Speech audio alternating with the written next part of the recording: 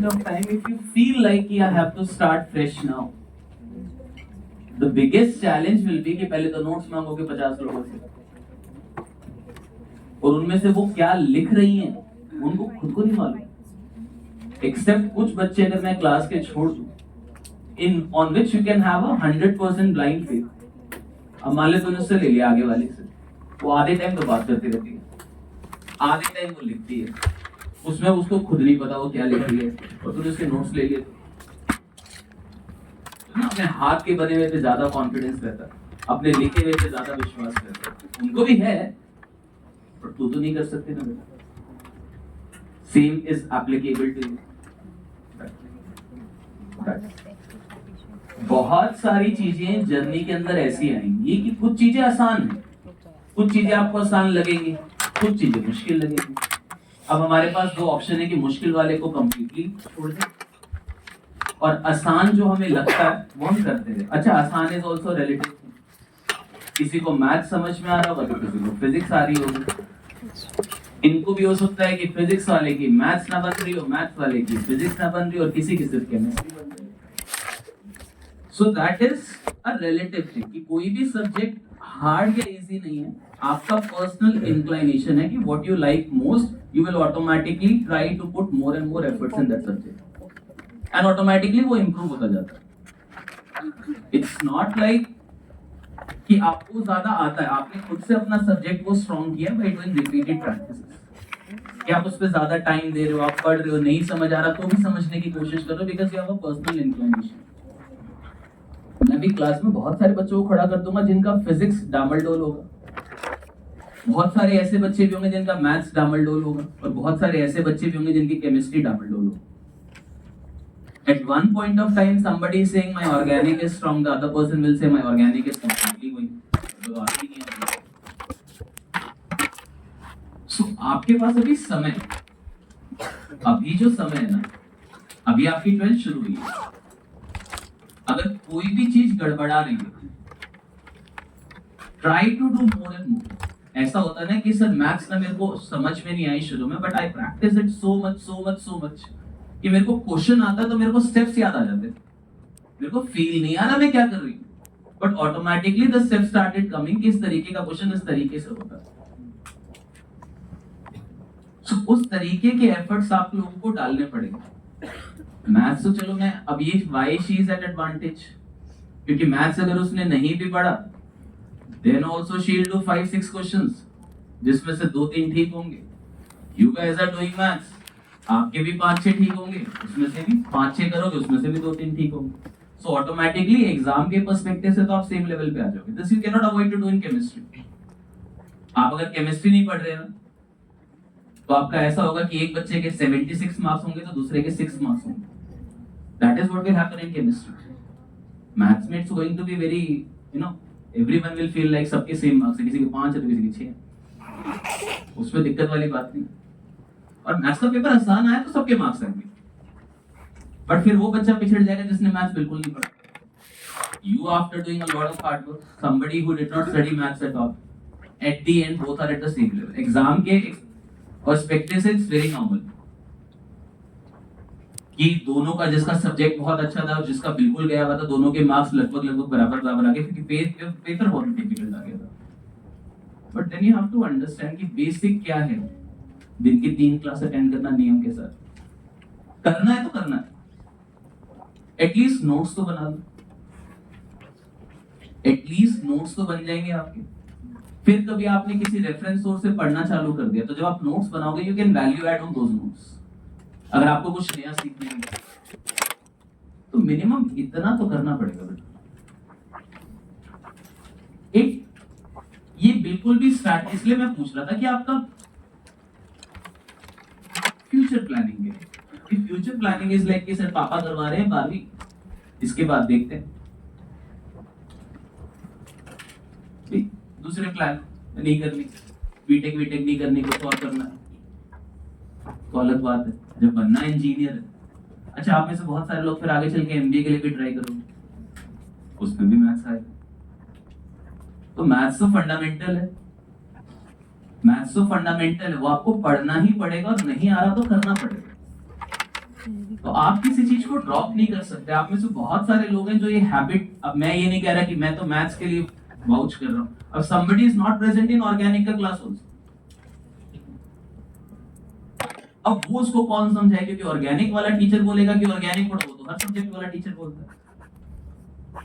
But that will impact you the most when जब boards के exam में organic आएगी और आपको नहीं आती होगी, जेई मेंस में 10 से 12 क्वेश्चन ऑर्गेनिक के आएंगे और आपको नहीं आते होंगे, then you will feel the pain, then you will ask for a start fresh, sir can I start now, और तब होगा क्या, करंट मंथ जनवरी तो भी फेब आ गया ना, जनवरी जब चल रहा होगा ना, after writing the first session you will realise कि I made a mistake, I should have put more efforts. आपने तो बहुत सारी मूवीज भी देखी है when after a point of time somebody realises कि मुझे वो चीज नहीं करनी चाहिए, बट होता क्या है, फिर ज्यादा देर हो गई होती है, फिर आप उस चीज को करेक्ट कर नहीं पाते, क्योंकि उसके बाद आपके बोर्ड्स एग्जाम आ जाएंगे, parents will be more worried कि बच्चे को बोर्ड्स करवाएं, क्योंकि यहाँ पे सीरीज ऑफ एग्जाम के अंदर अगर आपके मार्क्स अच्छे नहीं है, then parents will also be concern, they will be like JEE mains छोड़ो, पहले बोर्ड्स करो, प्रैक्टिकल्स होंगे, आप यहाँ से सिलेबस खत्म करके जाओगे नवंबर दिसंबर के आसपास, तो स्कूल तो ऐसे पापी हैं, वो तो आपके पूरे दिसंबर से लेके जनवरी तक, पूरा जनवरी आपका, दिसंबर आधा जनवरी, 1-1.5 महीने के आसपास वो प्रैक्टिकली चलाते हैं, स्कूल में रेगुलर बुलाएंगे, वहां ब्रेक आएगा, if somebody is thinking that after finishing the syllabus I'll start मैं एक नई फ्रेश दूंगी, इसको नई स्टार्ट फ्रेश क्या होता है, फ्रेश स्टार्ट दूंगी मैं, that is not going to happen। अभी बिगिनिंग है, आप अभी सारा एफर्ट्स लगा के कोशिश कर सकते हो कि जो भी आपका वीक सब्जेक्ट है आप उस पर थोड़ा बहुत काम करो, बिकॉज टीचर्स अवेलेबल है, फैसिलिटीज अवेलेबल है, ऑनलाइन सपोर्ट अवेलेबल है, क्लास में नहीं समझ में आ रहा तो घर जाके वीडियो लेक्चर देख लो, एलन डिजिटल के ऊपर वो सपोर्ट भी आपको लोग अवेलेबल है, फिर डाउट काउंटर्स पे आके होमवर्क कर लो, सबल के अंदर, सबल में तो चलो, सबल में तो ग्राउंड फ्लोर पे बना रखा है गर्ल्स स्टडी, वहां जाके पढ़ लो, नहीं तो यहाँ आके पढ़ लो, जो भी डाउट्स आ रहा है, होमवर्क नहीं बन रहा तुमसे तो टीचर्स बैठे हैं मैथ्स के साथ सॉल्व भी करवा लो, एटलीस्ट नेक्स्ट डे आप एक बार, कल आपने टीचर से समझ लिया, आज आके आप यहाँ पे समझ लोगे, आपका तो मॉर्निंग खत्म हो जाता था, evening you have all free, lunch करो, एक आधा घंटा सो, उसके बाद सीधा डाउट पे आके बैठ जाओ, होमवर्क खोल लो, 4 से 7 तो टीचर्स होते ही हैं यहाँ पे, चाहे आपका फिजिक्स हो, चाहे केमिस्ट्री हो, चाहे मैथ्स हो, तो कम से कम जो आपको सबसे हार्ड सब्जेक्ट लगता है उसका होमवर्क यहाँ कर लो, जो मुश्किल लगता है, जो आसान लगता है, जो आपका फेवरेट सब्जेक्ट है उसको घर जाके कर लो, कि ये मैं अगर घर भी चलेगी ना पढ़ने के बाद और मेरे को नींद भी आ रही होगी तो मेरा फेवरेट सब्जेक्ट है, मैं इसको पढ़ लूं, पता चले फेवरेट यहाँ कर लिया, थोड़ा बहुत सेटिस्फैक्शन आ गया, डोपामिन रिलीज हो गया कि हाँ क्वेश्चन हो रहे, उसके बाद तुम घर जाके रोटी खा के सो, अगले दिन आ गई 8 बजे, उसका होमवर्क ही नहीं किया। तो जब आप सबसे एक्टिव हो, try to do the subject जिसमें आप थोड़े बहुत वीक, और ये पता है कब तक चलेगा, अगले 4-5 महीने, 3-4 महीने लगा लो, आफ्टर दैट चीजें नहीं सुधरती, देन डिसाइड कि आपको करना है, तब आप सोचिए कि मेरे को इस सब्जेक्ट में ज्यादा टाइम देना है, मैंने इसको 3-4 महीने में सबसे ज्यादा टाइम दिया है, लेकिन ये सब्जेक्ट इंप्रूव नहीं हो रहा, अब मुझे एग्जाम के हिसाब से पढ़ने दो। लेकिन शुरू में अगर आपको थोड़ी बहुत दिक्कतें आई और आपने उसी टाइम उसको ड्रॉप कर दिया, that is going to impact you for a longer time. तो अभी आपके पास समय है, आपको जो भी चीज मुश्किल लगती है, टेक सपोर्ट, अदरवाइज हम सपोर्ट लगाने की भी कोशिश करेंगे ना, हम सपोर्ट दे नहीं पाएंगे, वो टाइम पास हो चुका होगा, फिर आप आगे बोलोगे कि सर एक बात बताऊं, अब मन से तो आ जाती है कि बहन ना बताओ, क्योंकि मुझे पता है तो मुझे क्या बताने वाली है,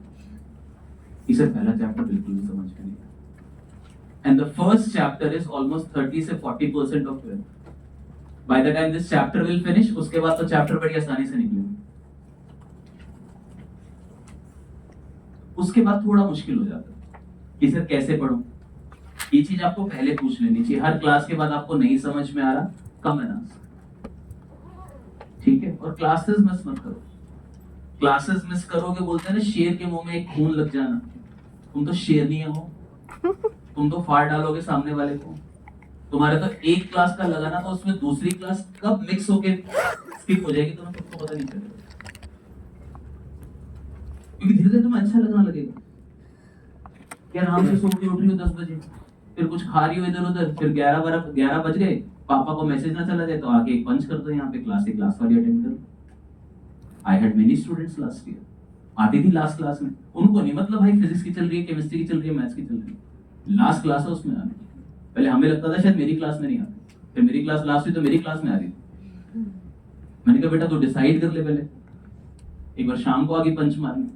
काउंटर वाले ने पकड़ लिया, हाँ बेटा कहाँ से, बोली सर से डाउट पूछने, मेरे बैच की थी। मैंने देखा मैं तो मेरी क्लास में तो आती नहीं है, डाउट क्या पूछने आई,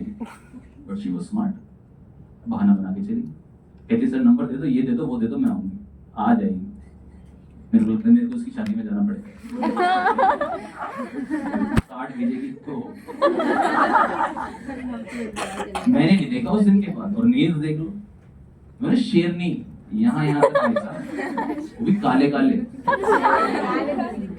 तो लड़कियां हो भाई, लाल लगा लो, नीला लगा लो, पीला लगा लो, काले काले भाई साहब, कुछ खा नहीं रही है, कुछ वो बिल्कुल सुखड़ी ऐसे लंबे लंबे नाखून भाई साहब। मैंने सर नंबर दे दो, उसने हाथ आगे किया, पहले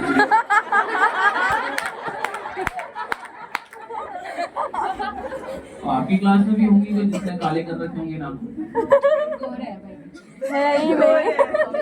अभी नहीं है, थोड़ा बढ़ने का इंतजार करो, अभी दिखेंगे तुम। हम लोग, मेरा तो बस यही कहना है, क्लासेस मिस मत करो चाहे जिसकी मर्जी हो, एक नियम के साथ। एटलीस्ट वो बोलते हैं ना कि आपके तो शायद 21 दिन भी नहीं हुए,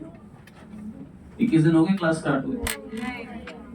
तो लोग वो तो बोलते हैं कि कम से कम कोई भी चीज को 21 दिन तो ट्राई करो, उसके बाद धीरे धीरे। 21 दिन में वैसे होता कुछ नहीं है, पर ठीक है कहने को 21 दिन, कम से कम इतना एक टाइम तो दो कि 1-1.5 महीने तो मैं किसी की कोई क्लास मिस नहीं करूंगी, उसके बाद 2 महीने लगातार क्लास करूंगी, नहीं बन रहा तो सोचो, आप शुरुआत में ही ड्रॉप करना चालू कर दोगे तो कहां से करोगे।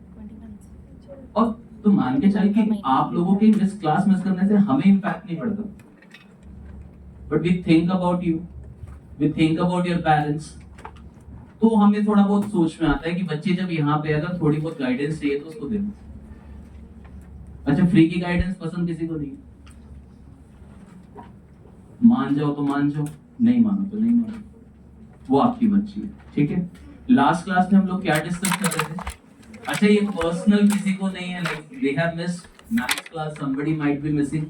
ऑर्गेनिक का क्लास, कुछ लोग अभी भी नहीं होंगे यहाँ पे, कुछ लोग किसी और का क्लास मिस कर रहे होंगे, तो आप में से भी बहुत लोग ऐसे बैठे हैं जो शायद अगले लेक्चर में भागने की प्लानिंग कर रहे हैं। तो ये सबके लिए वैलिड है, सब सब्जेक्ट्स के लिए वैलिड है, किसी बच्चे के लिए पर्टिकुलरली मैं नहीं बोल रही, उनको तो मैंने देख लिया तो आई नो। अब जिनको मैंने अपनी क्लास में देखा नहीं, जो मेरे आने से पहले निकल कर मेरे जाने के बाद आ रहे, उनसे तो कब मैं कभी मिला ही नहीं, ठीक है, उनको तुम समझा रहे। हाँ बेटा, लास्ट क्लास में क्या पढ़ा था? सर आपने जगह छोड़वाया था, वो एक्सप्लेन हाउ का। हाँ, तो मैंने बोला था आप ढूंढ के आना, अब आगे बोलो कि मैं ढूंढ के आई हूँ।